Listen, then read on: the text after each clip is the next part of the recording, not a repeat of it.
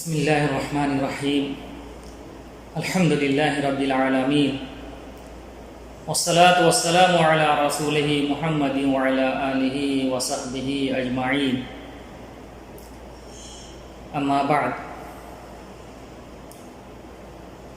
أعوذ بالله من الشيطان الرجيم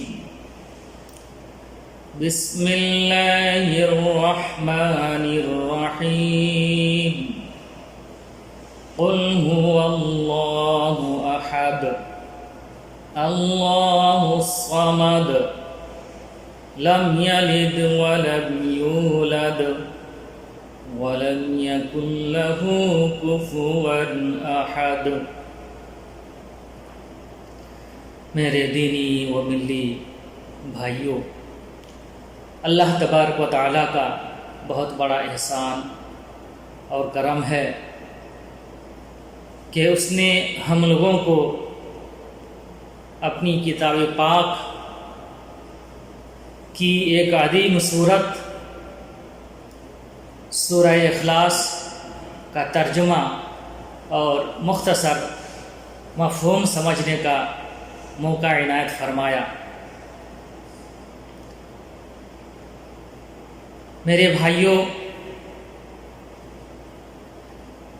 یہ سورہ اخلاص بہت ہی عظیم سورت ہے۔ یہ دیکھنے میں، پڑھنے میں بہت ہی مختصر سی سورت ہے، لیکن اس کی بڑی فضیلت ہے۔ اللہ کے رسول صلی اللہ علیہ وسلم نے اس سورت کو قرآن کا ایک تہائی قرار دیا۔ قرآن کو 3 حصے میں بانٹنے کے بعد ایک حصہ کے برابر اس سورت کو اللہ کے رسول صلی اللہ علیہ وسلم نے اپنی حدیث پاک میں قرار دیا۔ اسی طرح اللہ کے رسول صلی اللہ علیہ وسلم نے اسے رات کو، صبح شام اور ہر نماز کے بعد پڑھنے کی ترغیب بھی دی ہے اپنے حدیث پاک کے اندر۔ اسی طرح میرے بھائیوں، بعض صحابہ کرام ہر رکعت میں دیگر صورتوں کے ساتھ اسے بھی ضرور پڑھتے تھے، جس پر اللہ کے رسول صلی اللہ علیہ وسلم نے ان لوگوں سے فرمایا، تمہاری اس کے ساتھ محبت تمہیں جنت میں داخل کرے گی۔ اتنی فضیلت ہے میرے بھائیوں اس سورت کی۔ اچھا، اس سورت کے سبب نزول کے بارے میں آیا ہے کہ مشرکین مکہ نے اللہ کے رسول صلی اللہ علیہ وسلم سے کہا کہ تم اپنے رب کا نسب بیان کرو۔ چنانچہ اللہ رب العزت نے اس کے بعد یہ سورت نازل فرمائی، اور یہ سورت مکمل طور پر اللہ تبارک و تعالیٰ کی توحید کو بتلاتی ہے۔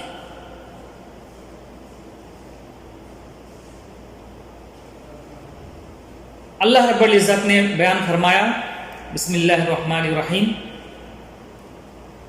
قل ہو واللہ احد۔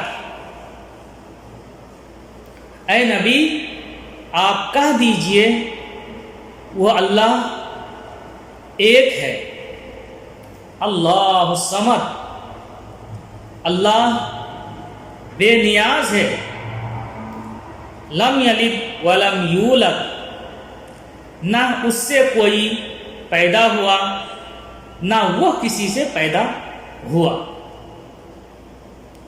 ولم یکن لہ کفوا احد، اور نہ کوئی اس کا ہمسر ہے، کوئی بھی اس کے برابر نہیں ہے، نہ اس کی ذات میں، نہ اس کی صفات میں، اور نہ ہی اس کے افعال میں، قدرت میں کوئی بھی اس کے ہمسر نہیں ہے۔ اور اسی اللہ کے رسول صلی اللہ علیہ وسلم بیان فرماتے ہیں، حدیث قدسی کے اندر اللہ رب العزت بیان فرماتے ہیں کہ انسان مجھے گالی دیتا ہے، یعنی میرے لیے اولاد ثابت کرتا ہے۔ اولاد ثابت کرنا یہ اللہ تعالیٰ کو گالی دینے کے مترادف ہے، حالانکہ میں ایک ہوں، بے نیاز ہوں، میں نے کسی کو جانا ہے، نہ میں کسی سے پیدا ہوا ہوں اور نہ کوئی میرا ہمسر ہے۔ اللہ کے رسول صلی اللہ علیہ وسلم نے بیان فرمایا حدیث قدسی کے اندر کہ اللہ تعالیٰ نے ایسا فرمایا۔ تو اللہ تبارک و تعالیٰ کے لیے اولاد ثابت کرنا یہ انتہائی جرأت کی بات ہے اور عظیم گناہ ہے۔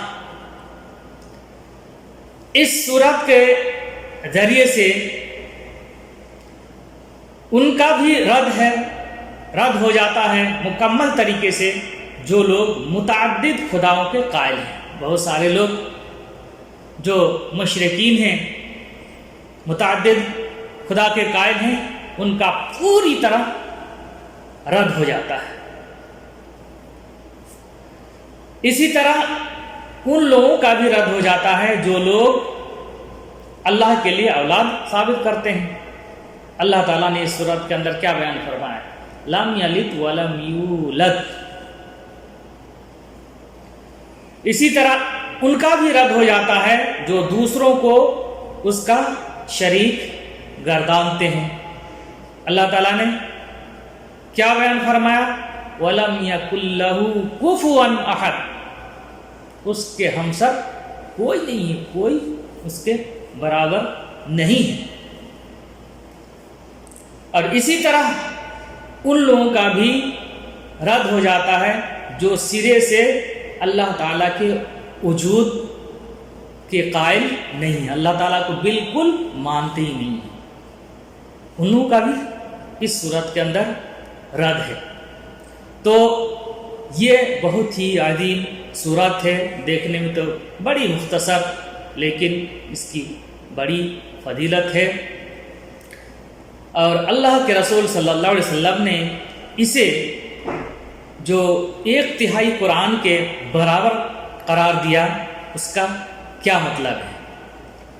یعنی ایک شخص اگر اللہ رب العزت پر ایمان رکھتے ہوئے پڑھتا ہے اور اس کے اندر جو وحدانیت ہے اس کا اقرار کرتا ہے، تو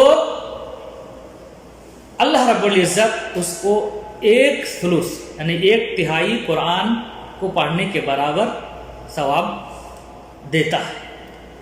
اللہ رب العزت رحیم ہے، کریم ہے، اللہ رب العزت کے ہاں خزانے کی کوئی کمی نہیں ہے، تو ثواب کے اعتبار سے 1/3 قرآن کے برابر ہے۔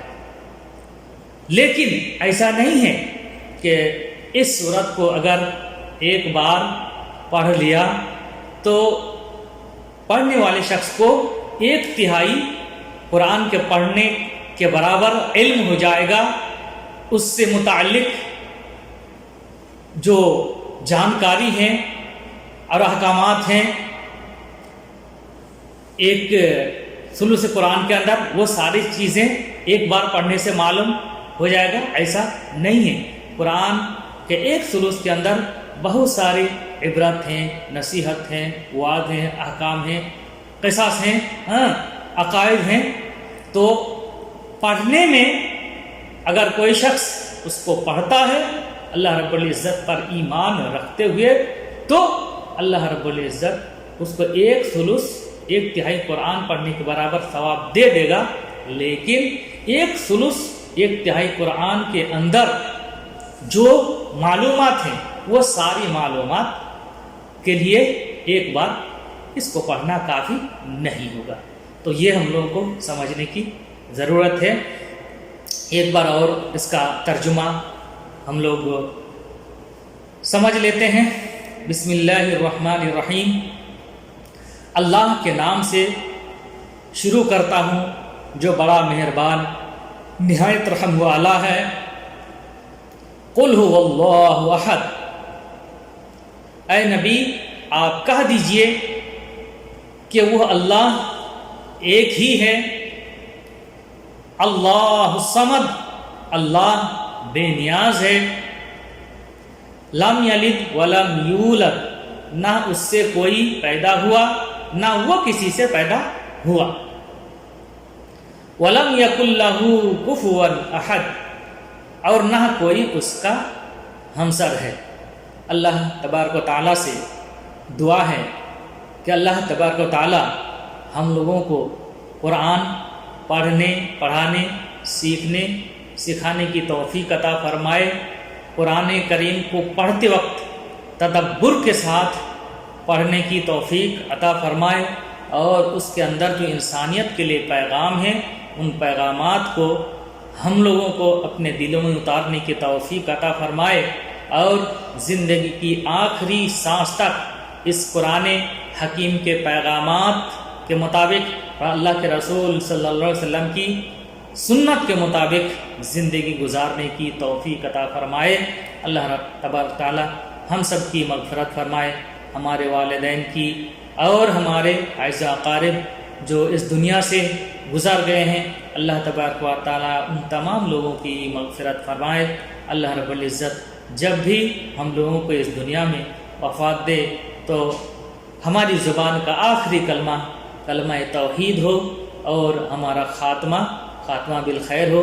وصلی اللہ علی نبینا محمد وعلی آلہ وصحبہ اجمعین وجزاکم اللہ خیرا.